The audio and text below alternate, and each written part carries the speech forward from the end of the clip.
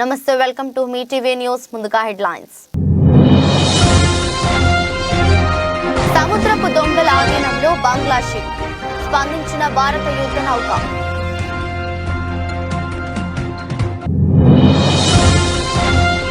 Delhi liquor policy కేసులో Delhi CM కు ఊరట కేజ్రీవాల్ కు బెయిల్ మంజూరు చేసిన ధర్మాసనం జనసేన నేత పోతుల మహేష్ కు షాక్ పొత్తులో భాగంగా సీటును బీజేపీకి కేటాయించాలని నిర్ణయించిన కూటమి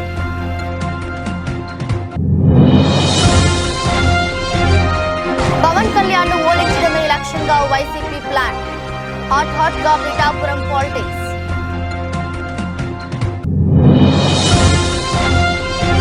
రాత్రంతా ఈడీ ప్రధాన కార్యాలయంలోనే ఎమ్మెల్సీ కవిత ఇవాళ కోర్టులో హాజరుపరచనున్న ఈడీ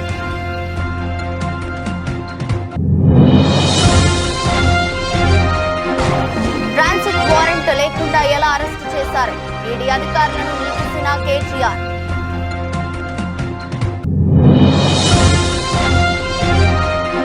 సుప్రీంకోర్టుకు వెళ్తామన్న హరీష్ రావు రాష్ట్ర వ్యాప్త ఉద్యమానికి బీఆర్ఎస్ పిలుపు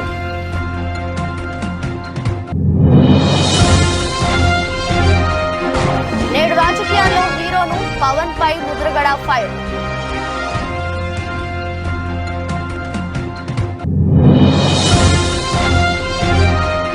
ఫైనల్స్ కు దూసుకెళ్లిన ఆర్బీసీ జట్టు ఆటగాళ్ల సంబరాలు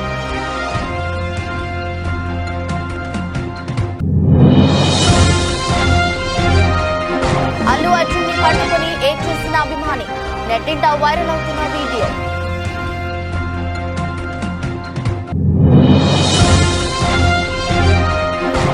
కొత్త ఈవీ పాలసీని ఆమోదించిన కేంద్రం ఇక టెస్లాకు లైన్ క్లియర్ సముద్రపు దొంగల ఆధీనంలో ఉన్న బంగ్లాదేశ్ షిప్ ద్వారా అత్యవసర సందేశం వచ్చింది. దీంతో భారత నివా కదాలినానికి చెందిన యుద్ధ నౌక స్పందించింది. బంగ్లాదేశ్ షిప్ ను నిరంతరం గమనిస్తున్నట్లు ఇండియన్ నేవీ పేర్కొంది. బంగ్లాదేశ్ కు చెందిన బల్క్ క్యారియర్ ఎంవి అబ్దుల్లా 55,000 టన్నుల బొగ్గుతో మొజాంబిక్ రాజధాని ముపుటో ఉన్న యునైటెడ్ అరబ్ ఎమిరేట్స్ కు బయలుదేరింది. మార్చి 12న సోమాలియా తీరంలో సాయుధులైన సముద్రపు దొంగలు ఆ కార్గో షిప్ పై దాడి చేశారు.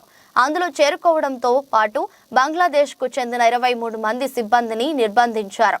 కాగా సముద్రపు దొంగల దాడి సందర్భంగా బంగ్లాదేశ్ షిప్ నుంచి అత్యవసర SOS సందేశం వచ్చింది. దీంతో ఇండియన్ నేవీకి చెందిన యుద్ధ నౌక వెంటనే స్పందించింది. లాంగ్ రేంజ్ మారిటైమ్ పెట్రోల్ విమానాన్ని రంగంలోకి దించింది. ఎంవి అబ్దుల్లా కార్గో షిప్ ను అది సమీపించింది. సాయుధులైన సముద్ర దొంగలు ఆ షిప్ లో ఉన్నట్లు గమనించింది. సిబ్బంది పరిస్థితి గురించి తెలుసుకునేందుకు కమ్యూనికేషన్ కోసం ప్రయత్నించింది. అయితే ఆ షిప్ నుంచి ఎలాంటి స్పందన రాలేదని భారత నౌకాదళం తెలిపింది. ఈ నేపథ్యంలో దానిని నిశితంగా పరిశీలిస్తున్నట్లు వెల్లడించింది.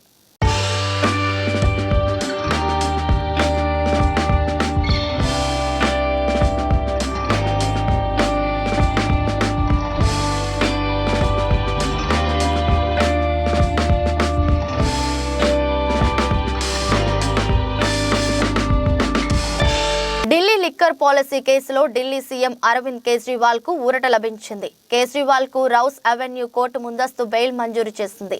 ఈడీ 8 సార్లు సమన్లు జారీ చేసినప్పటికీ విచారణకు హాజరు కాకపోవడంతో దర్యాప్తు సంస్థ ఢిల్లీ కోర్టు మెట్లెక్కింది. దీంతో నేడు తమ ముందు హాజరు కావాలని కోర్టు ఆదేశించిన విషయం తెలిసిందే. ఈ నేపథ్యంలో శనివారం ఉదయం విచారణకు హాజరైన కేజ్రీవాల్ కు న్యాయస్థానం షరతులతో కూడిన బెయిల్ మంజూరు చేసింది. 1,00,000 పూచీకత్తు 15,000 బాండ్ సమర్పించాలని స్పష్టం చేసింది. అనంతరం న్యాయమూర్తి అనుమతితో కోర్టు నుంచి కేజ్రీవాల్ వెళ్లిపోయారు.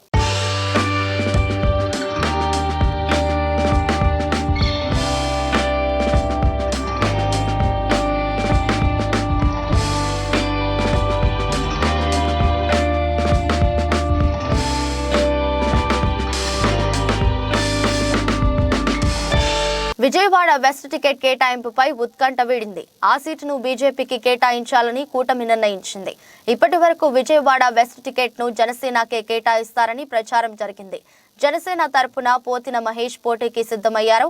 కానీ ఆ సీటుని పొత్తులో భాగంగా బీజేపీకి వెళ్లిపోయింది. బీజేపీ అధిష్టానం అభ్యర్థి ఎంపికపై అన్వేషణ మొదలుపెట్టింది. విజయవాడ వెస్ట్ సీటు కోసం బీజేపీ నుంచి 3 నేతలు పోటీ పడుతున్నారు.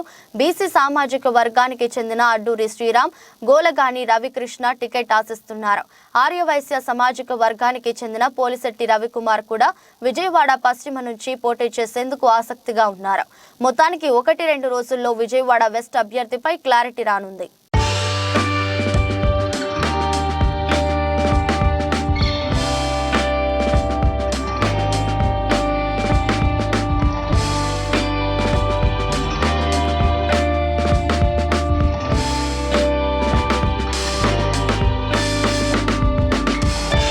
కాకినాడ జిల్లా పిఠాపురంలో రాజకీయ సమీకరణాలు వేగంగా మారుతున్నాయి. పిఠాపురం నుంచి తానే పోటీ చేస్తున్నట్లుగా పవన్ కళ్యాణ్ ప్రకటించడంతో వైసీపీ తన వ్యూహాలకు పదును పెడుతోంది. పిఠాపురం నుంచి పవన్ ను ఓడించడమే లక్ష్యంగా పావులు కదుపుతోంది. కాపు నేత ముద్రగడ పద్మనాభం వైసీపీలో చేరిన కాసేపటికే పిఠాపురం ఇన్ఛార్జి వంగ గీత క్యాంప్ ఆఫీస్ కు వెళ్లడం ఆసక్తికరంగా మారింది. ఇప్పటికే పిఠాపురం నుంచి పోటీ చేస్తున్న పవన్ కళ్యాణ్ ప్రకటనతో అప్రమత్తమైన వైసీపీ అందరినీ ఏకం చేసే పనిలో పడింది. పిఠాపురంలో పవన్ ను ఓడించడమే లక్ష్యంగా వైసీపీ అడుగులు వేస్తుంది. ఇక్కడి నుంచి ముద్రగడను బరిలోకి దించాలా లేక ఆయన కుమారుణ్ణి పవన్ పై పోటీకి నింపాలా అనే దానిపై చర్చించింది. వీరిద్దరూ కాకపోయినా వంగ గీతను పవన్ కళ్యాణ్ పై పోటీకి నిలపాలని చూస్తుంది.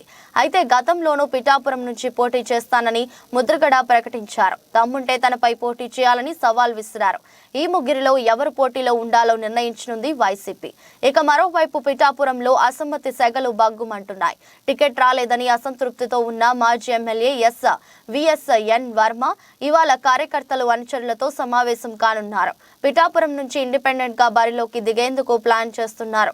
అయితే వర్మ సైతం వైసీపీకి టచ్ లోకి వెళ్లే అవకాశాలు కనిపిస్తున్నాయి. ఒకవేళ వైసీపీలోకి వెళ్లలేకపోయినా ఇండిపెండెంట్ గా పోటీ చేయాలని చూస్తున్నారు. గతంలో పిఠాపురం నుంచి వంగ గీత విజయం సాధించారు.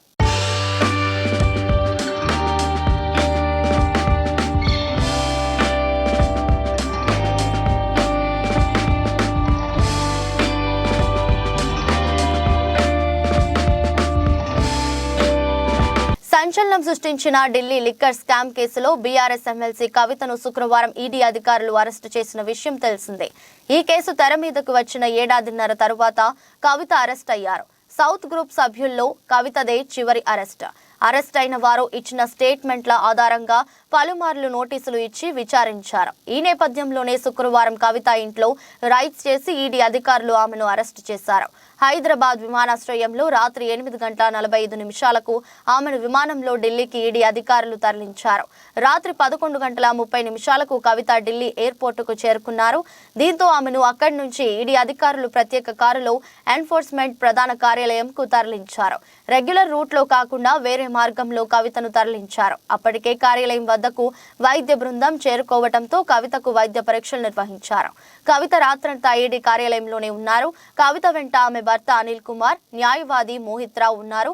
ఈడీ కార్యాలయం వద్ద 144 సెక్షన్ విధించారు. భారీగా పోలీసులను మోహరించారు. బారికేడ్లు ఏర్పాటు చేసి కట్టుదిట్టమైన భద్రతను ఏర్పాటు చేశారు. ఈడీ కార్యాలయంకు వెళ్లే 3 మార్గాల్లో 2టిని మూసివేశారు. బీఆర్ఎస్ శ్రేణులు నిరసనకు దిగే అవకాశం ఉండటంతో భద్రతను కట్టుదిట్టం చేశారు. కవితను ఇవాళ ఢిల్లీలోని రౌస్ అవెన్యూ కోర్టులో ఈడీ అధికారులు హాజరుపరచనున్నారు. Liquor policy money laundering case దర్యాప్తు కోసం నాగ్పాల్ బెంచ్ ముందు హాజరుపరచనున్నారు. కవితను ఈడీ అధికారులు కస్టడీకి కోరనున్నారు.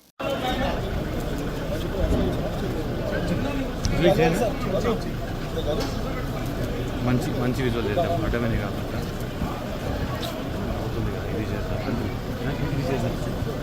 ధైర్యంగా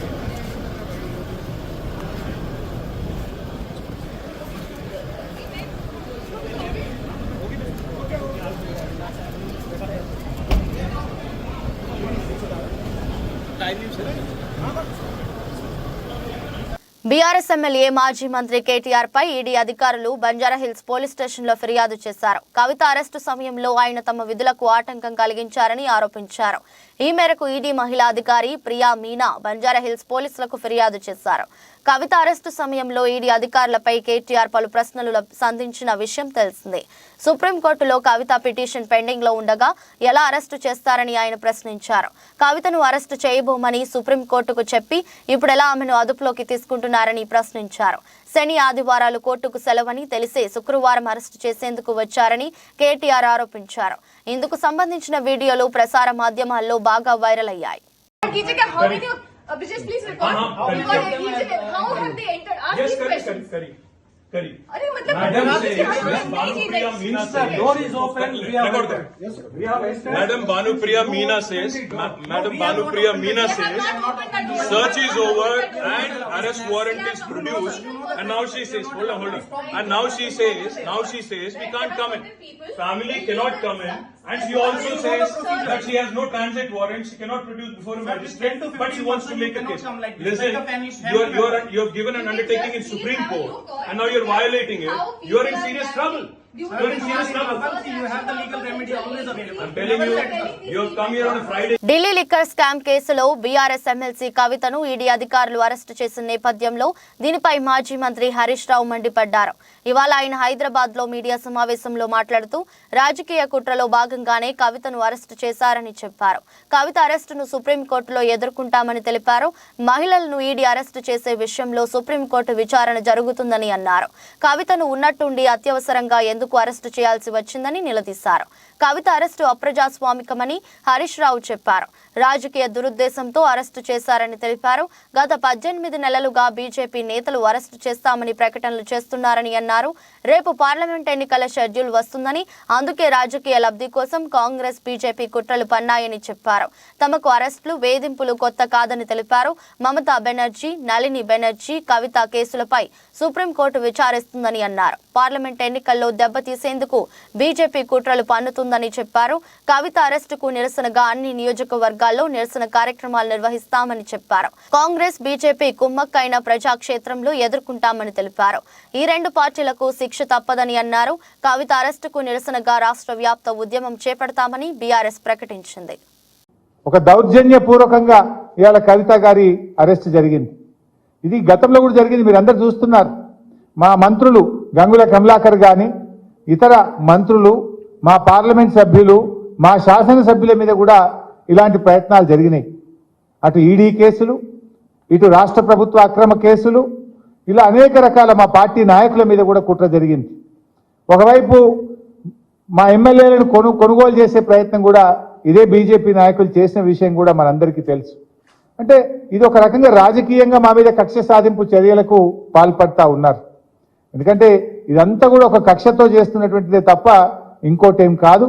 ఈ అప్రజాస్వామిక చర్యలకు నిరసనగా ఈరోజు కవిత గారి అరెస్టుకు నిరసనగా రాష్ట్ర వ్యాప్తంగా కూడా రేపు అన్ని నియోజకవర్గ కేంద్రాల్లో పెద్ద ఎత్తున నిరసన కార్యక్రమాలు చేయాలని చెప్పి పార్టీ పిలుపునిస్తా ఉంది.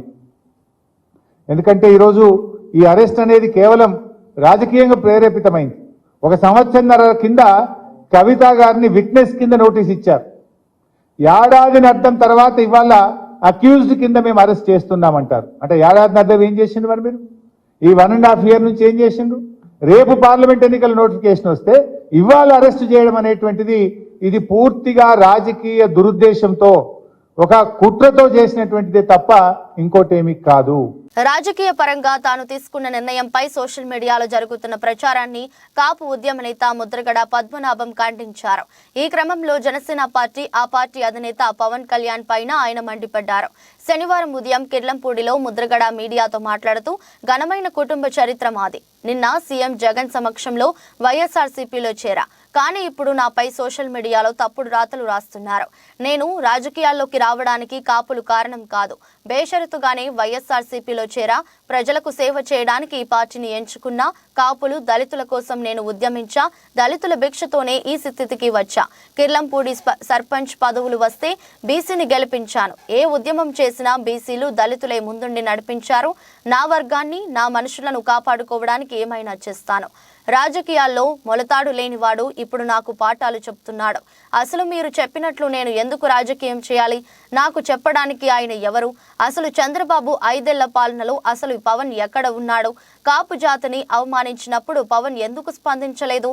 మీరు సినిమాల్లో హీరో కావచ్చు, రాజకీయాల్లో మాత్రం నేనే హీరోను అంటూ ముద్రగడ వ్యాఖ్యానించారు. మొన్న స్నేహితుడు కాదు సార్, నాకు మా సైకిల్ ర్యాలీకి 6,000 మందికి భోజనం వండించాడు సార్. అప్పటి నుంచి మా ఇద్దరికి బంధం. అంచేత వస్తే నమస్కారం సార్ సీన్ గారు, రాబోతే నమస్కారాలు, వాళ్ళ పర్మిషన్ కావాలా వాళ్ళకి, బహుశా వచ్చి ఉండవు అని చెప్పడం జరిగింది సార్. అదిగో ఇదిగో అదిగో ఇదిగో అని చెప్పేసి నేను అన్నాను సార్. తర్వాత వాసు గారు ఆయన వచ్చారండి, కలుస్తాను. ఏంటికండి 70-80 సీట్లు పొడి చేయండి, ముఖ్యమంత్రి షేరింగ్ అడగండి, నేను శరీరం దాచుకోకుండా పని చేస్తానని చెప్పాను. 20 సీట్ల కోసం నన్ను ఎందుకు ఆహ్వానిస్తారు? ఎందుకండి దేనికోసం సేవ చేయాలా? మీకు ముఖ్యమంత్రి ఎట్లా చెప్పండి. ఫస్ట్ మీకు ముఖ్యమంత్రి మీకు 2-3 చంద్రబాబు నాయుడు గారు పంచుకుందాం, 70-80 సీట్లు తీసుకోండి అని ఆఫర్ చేసి ఉంటే అప్పుడు చెప్పండి సార్, నేను చేస్తాను. ఇంకోటి కూడా చెప్పాను సార్ వాసు గారికి, అయ్యా వాసు గారు, చంద్రబాబు నాయుడు గారు జైలుకి వెళ్ళిన తర్వాత వారి గ్రాఫ్ పూర్తిగా భూస్థాపితం అయిపోయింది. పవన్ కళ్యాణ్ గారు జైలుకి వెళ్ళి చూసి వచ్చిన తర్వాత, బయటకు వచ్చి భరోసా ఇచ్చిన తర్వాత గ్రాఫ్ విపరీతంగా పెరిగిందండి. మీ వల్ల పెరిగింది గ్రాఫ్. చంద్రబాబు నాయుడు గారు ఏం చేయాలా? కళ్యాణ్ గారు జరిగిపోయింది, ఇద్దరు ఆఫ్ పొడి చేసుకుందాం, ముందు మీరు 2 తీసుకోండి, తర్వాత నాకు మోడీ ఇవ్వండి అడిగి ఉండాలా వాసు గారు? అటువంటి మాట కూడా మహిళల ప్రీమియర్ లీగ్ 2024 టోర్నీలో స్మృతి మంధానా నేతృత్వంలోని ఆర్సీబీ జట్టు ఫైనల్లోకి దూసుకెళ్లింది. ఎలిమినేటర్ మ్యాచ్లో ఆర్సీబీ జట్టు 5 పరుగుల తేడాతో హర్మన్ ప్రీత్ కౌర్ నేతృత్వంలోని ముంబై జట్టుపై విజయం సాధించింది. దీంతో ఇప్పటికే ఫైనల్కు వెళ్లిన ఢిల్లీ జట్టుతో ఆర్సీబీ జట్టు ఆదివారం ఢిల్లీ మైదానంలో తలపడనుంది. చివరి బాల్ వరకు ఉత్కంఠ భరితంగా సాగిన మ్యాచ్లో ఆర్సీబీ జట్టు పైచేయి సాధించింది. టాస్ గెలిచి తొలుత బ్యాటింగ్ చేసిన ఆర్సీబీ జట్టు నిర్ణీత ఓవర్లలో కేవలం 135 పరుగులు మాత్రమే చేయగలిగింది. ఆర్సీబీ బ్యాటింగ్ ప్రారంభంలో పేవలంగా సాగింది. 34 పరుగులకే 3 వికెట్లు కోల్పోయింది. కెప్టెన్ స్మృతి మందన కేవలం 10 పరుగులకే అవుట్ అయింది. కష్టాల్లో ఉన్న ఆర్సీబీ జట్టును ఎల్లిస్ ఫారీ ఆదుకుంది. ఎల్లిస్ 50 బంతుల్లో 66 పరుగులు చేసింది. చివరిలో జార్జియా వేర్ హోమ్ 10 బంతుల్లో 18 పరుగులు చేయడం జట్టు స్కోర్ 135 పరుగులకు చేరింది. 136 పరుగుల లక్ష్యంతో బ్యాటింగ్ ప్రారంభించిన ముంబై ఆటగాళ్లు ధాటిగా ఆడలేకపోయారు. దీంతో 10 ఓవర్లకు 68 పరుగులు చేసిన 3 వికెట్లు కోల్పోయింది. హర్మన్ ప్రీత్ కౌర్ 33 పరుగుల వ్యక్తిగత స్కోర్ వద్ద అవుట్ అయింది. దీంతో మ్యాచ్ క్రమంగా ఆర్సీబీ జట్టు వైపు మళ్లింది. ఆఖరి ఓవర్లో 12 పరుగులు అవసరం కాగా తొలి 3 బంతులకు 4 పరుగులే వచ్చాయి. 4వ బంతికి పూజ 4ను అవుట్ అయింది. ఆ తరువాత 2 బంతులకు 2 పరుగులు రావడంతో ముంబై జట్టు నిర్ణీత ఓవర్లలో 130 పరుగులు మాత్రమే చేయగలిగింది. దీంతో ఆర్సీబీ జట్టు విజయం సాధించి ఫైనల్స్ కు దూసుకెళ్లింది. ఫైనల్స్ కు చేరడంతో ఆర్సీబీ జట్టు ప్లేయర్లు సంబరాలు చేసుకుంటున్నారు. ఇందుకు సంబంధించిన వీడియో సోషల్ మీడియాలో వైరల్ గా మారింది.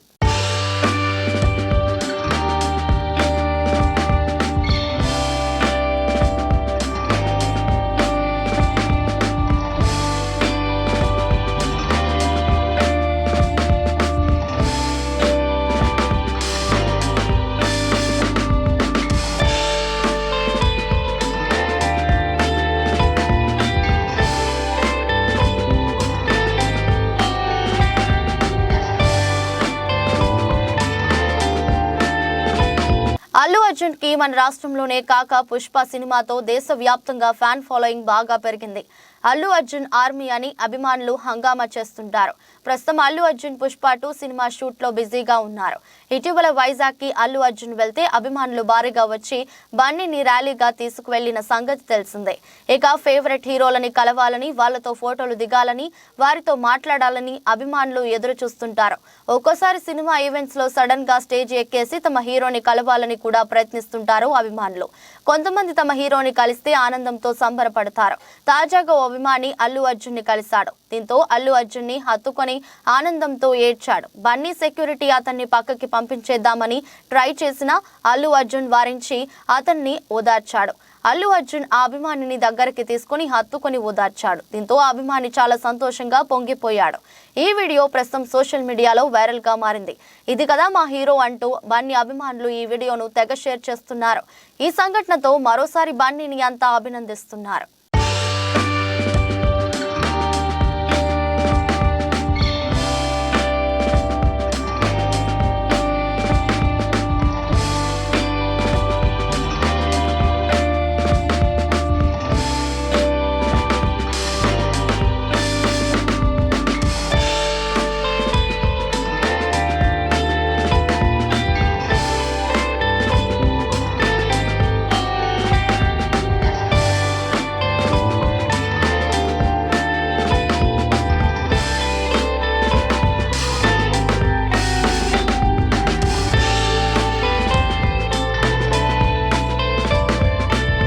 నూతన ఎలక్ట్రిక్ వెహికల్ పాలసీని కేంద్ర ప్రభుత్వం శుక్రవారం ఆమోదించింది. ఈ కొత్త విధానం కింద $500 మిలియన్ తగ్గకుండా పెట్టుబడులతో కంపెనీలు ముందుకు రావాల్సి ఉంటుంది. అప్పుడే దేశంలో ఏర్పాటు చేసే విద్యుత్ ఆధారిత వాహనాల తయారీ కేంద్రాలకు గాను ఆయా సంస్థలకు పన్ను రాయితీలు అందుతాయి.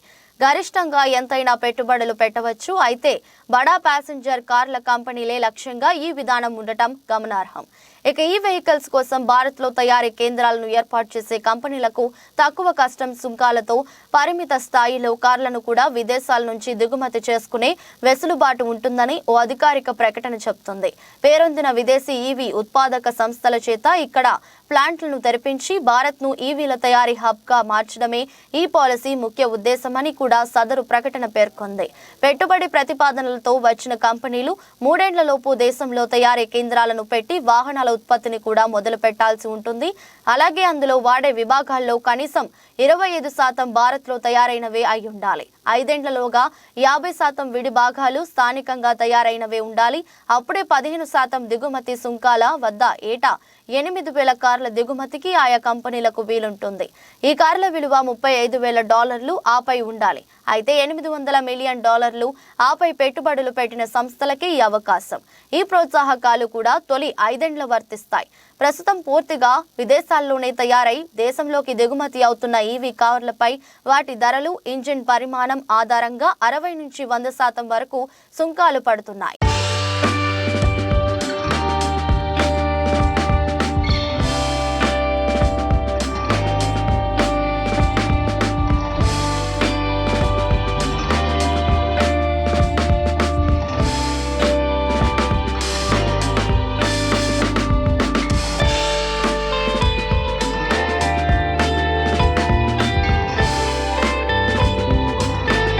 పలాస మండలం బొడ్డపాడు సచివాలయం పరిధిలో నూతనంగా నిర్మించిన ఎస్సీ కమ్యూనిటీ హాల్ మరియు విలేజ్ హెల్త్ క్లినిక్ ను పార్టీ నాయకులతో కలిసి ప్రారంభించిన రాష్ట్ర పశుసంవర్ధక, పాడి పరిశ్రమ మరియు మత్స్యశాఖ మంత్రులు డాక్టర్ సీదిరి అప్పలరాజు.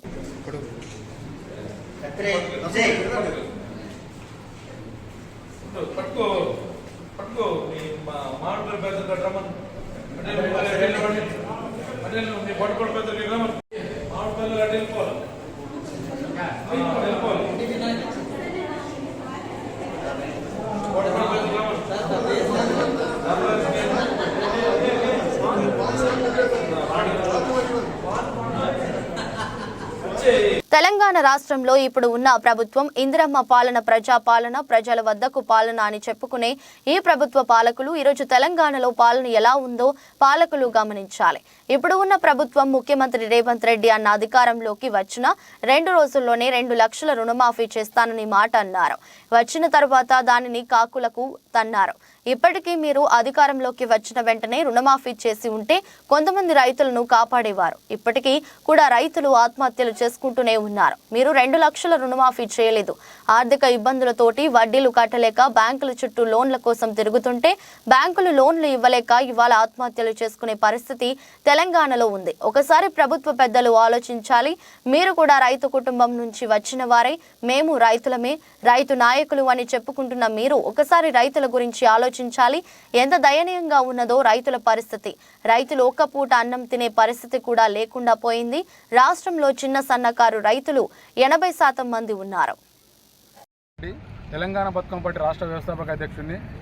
ఈరోజు మన తెలంగాణలో ఇందిరమ్మ ప్రభుత్వం అని చెప్పుకునే ఈ యొక్క ప్రభుత్వ పాలకులు ప్రజాపాలన, ఇది ప్రజల పాలన అని చెప్పుకునే ఈ నాయకులు ఈరోజు తెలంగాణలో రైతుల పరిస్థితి ఎట్లా ఉంది అని ఒక్కసారి ఆలోచించాల్సిన అవసరం ఉంది. ఈరోజు రేవంత్ అన్న, ముఖ్యంగా ముఖ్యమంత్రి గారు రేవంత్ అన్న గారికి ఒక విన్నపం. తెలంగాణలో అధికారానికి వచ్చిన రెండో రోజే 2 లక్షల రూపాయల రుణమాఫీ చేస్తానని ఒక మాట అన్నారు. మీరు వచ్చిన తర్వాత దాన్ని కాదు అన్నారు. ఇప్పటికి రైతులు 2 లక్షల రుణమాఫీ మీరు అధికారంలోకి వచ్చిన 2 రోజు రుణమాఫీ చేసి ఉంటే ఇంకా కొంతమంది రైతులు కాపాడేటోళ్ళు అవుతుంటే ఇప్పటికి రైతులు ఆత్మహత్యలు చేసుకుంటున్నారు. 2 లక్షల రుణమాఫీ మీరు వేయలేక, ఈ ఆర్థిక ఇబ్బందులతోటి మిత్తిలు కట్టలేక, వడ్డీలు కట్టలేక, బ్యాంకుల ఇంటికి వచ్చి ఇబ్బందులు పెడుతుంటే ఇవాళ ఆత్మహత్య చేసుకునే పరిస్థితి ఇవాళ తెలంగాణలో ఉంది. ఒక్కసారి ఆలోచించాలి. రైతులకు ఎలాంటి పరిస్థితుల్లో మీరు రైతు కుటుంబం, మేము రైతు నాయకులు అని చెప్పుకుంటున్నాను. మీరు ఈరోజు రైతుల పరిస్థితి ఒకసారి ఆలోచించాలి. రైతులు ఎంత దయనీయంగా ఉండే వాళ్ళ పరిస్థితి. ఒక పూట అన్నం పండించే రైతన్నకు ఒక పూట అన్నం, ఒక బుక్కడు అన్నం కడుపులో పోయి కూడా ఇలా లేని పరిస్థితి ఇవాళ రైతు ఉన్నాడు. చిన్న సన్నకారు రైతులు. వార్తలు ముగించే ముందు మరోసారి హెడ్లైన్స్. సముద్రపు దొంగల ఆధీనంలో బంగ్లా షిప్, స్పందించిన భారత యుద్ధ నౌక.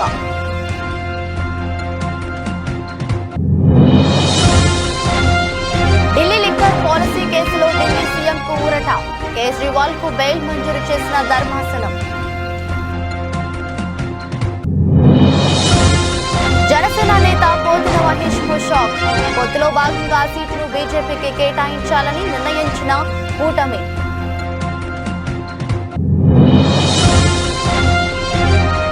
పవన్ కళ్యాణ్ ను ఓడించడమే లక్ష్యంగా వైసీపీ ప్లాన్, హాట్ గా పిఠాపురం పాలిటిక్స్.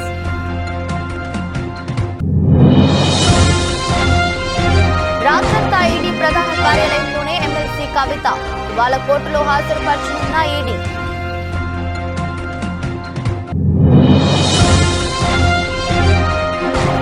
ట్రాన్సిట్ వారెంట్ లేకుండా ఎలా అరెస్టు చేశారు, ఈడీ అధికారులను నిలిపిసిన కేటీఆర్.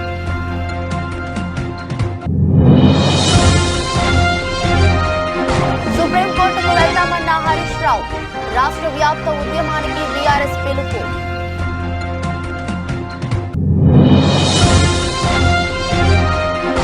నేడు రాజకీయాల్లో హీరోను పవన్ పై ముద్రగడ ఫైర్.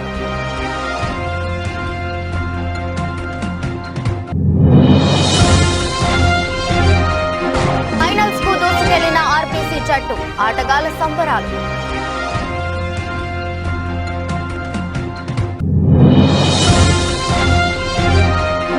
అల్లు అర్జున్ ని పట్టుకుని ఏడ్ చేసిన అభిమాని, నెట్టింట వైరల్ అవుతున్న వీడియో.